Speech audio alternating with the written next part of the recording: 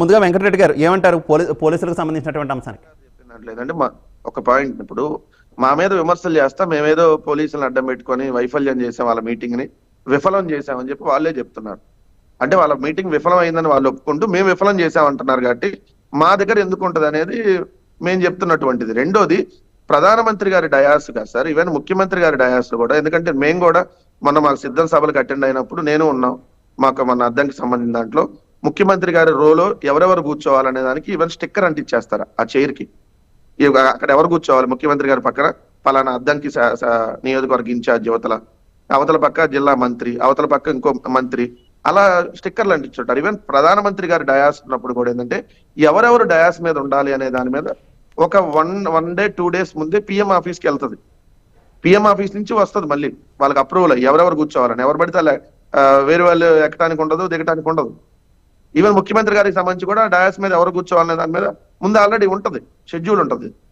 దాంట్లో షెడ్యూల్ ఇది, ముఖ్యమంత్రి గారి పక్కన ఈ చైర్ లో వీళ్ళు ఉండాలి, ఆ చైర్ లో వాళ్ళు ఉండాలి, యువతల కలెక్టర్ ఉంటే కలెక్టర్ అధికార పర్యటనలు అయితే లేదు, పార్టీకి సంబంధించిన దాంట్లో ఎవరు అటెండ్ అయితే ఎవరెవరు అటెండ్ అవుతున్నారని వాళ్ళ దగ్గర షీట్ ఉంటుంది. సో నేను చూసా కాబట్టి సేమ్ ప్రధానమంత్రి గారు కూడా అలానే ఉంటుంది. అది మరి జనసేన పవన్ కళ్యాణ్ నా పక్కన కూర్చోబెట్టారు, అక్కడ సత్యం గారు అన్నారు కాబట్టి దానికి తెలుగుదేశం వాళ్ళు జనసేన వాళ్ళు సమాధానం ఇచ్చుకోవాలి. అది మాకు సంబంధం లేనటువంటి అంశం కాబట్టి. రెండోది, జెండాలు పెట్టలేదని వాళ్ళే అంటున్నారు. అంటే చెప్పండి, ఇప్పుడు జనసేనని దూరం చేస్తున్నారని జనసేనకి ఎక్కువగా అభిమానించేటటువంటి అక్షర సత్యం గారు చెప్తున్నారు. తెలుగుదేశం కావాలని జనసేనని ఇట్లా చేస్తుంది, ప్రధానమంత్రి గారి మీటింగ్ లో కూడా సరిగ్గా పవన్ కళ్యాణ్ గారికి ఇది ఇవ్వలేదు వాళ్ళు చెప్పుకుంటున్నారు. అంటే వాళ్ళు ఎంత సక్సెస్ అయిందా అటర్ ఫ్లాప్ అయిందా అనేది అక్కడే అర్థమవుతున్నటువంటి అంశం. రెండోది, ఒక్కటే నేను సమాధానం అడుగుతాను సార్, వీళ్ళిద్దరు సమాజం. ప్రధానమంత్రి గారు వాళ్ళ కూటమిలోనే ఉన్నారు కదా, ఎన్డీఏ కూటమిలో మెయిన్ కీలకం కదా. బీజేపీ నాయకులుగా మోడీ గారు మాట్లాడిన వ్యాఖ్యల్లో షర్మిల గారు జగన్మోహన్ రెడ్డి గారు ఒకటే అని మాట్లాడారు. పక్కన జనసేన పవన్ కళ్యాణ్ చంద్రబాబు నాయుడు ఆ పక్కన కూర్చున్న వాళ్ళిద్దరు ఏం మాట్లాడతారు? చెల్లిని వదిలేశాడు, చెల్లికి అన్యాయం చేశాడు. చెల్లికి అన్యాయం చేశాడా, చెల్లిని కాంగ్రెస్ లోకి పంపించి న్యాయం చేశాడని చెప్పి ఆయన చెబుతున్నాడు. ఎవరు? మోడీ గారు. దానిట్లో ఏది నమ్మాలి? చంద్రబాబు నాయుడు చెప్పింది నమ్మాలా, మోడీ చెప్పింది నమ్మాలా? చంద్రబాబు పవన్ కళ్యాణ్ ఏమంటారు? చెల్లిని వదిలేశాడండి అంటున్నారు. ఓకే, కాదండి, చెల్లెను అన్న ఒకటేనన్నా ప్రధానమంత్రి మోడీ గారు అంటారు. కూటమిలో ఉన్న ఒక ఆయనేమో ఇట్ అంటాడు, ఇంకొక ఇద్దరేమో ఇట్ అంటారు. ఎవరి మాటను విశ్లేషించాలి మీరు చెప్పండి. రైట్, మోడీ గారు చెప్పింది విశ్లేషిద్దామా? సద్గురు ప్రసాద్ గారు ఏమంటారు వెంకటరెడ్డి గారి ప్రశ్నకి? సార్, మనం మాట్లాడుతున్నవన్నీ కూడా technical aspects of the meeting. ఒక సభ జరిగినప్పుడు చిన్న చిన్న టెక్నికల్ పాయింట్స్, టెక్నికల్ ఎర్రర్స్ ఇవన్నీ జరుగుతుంటాయి. అల్టిమేట్ గా సభకు జనం వచ్చారా లేదా అంటే దాని గురించి ఎవరు మాట్లాడరు.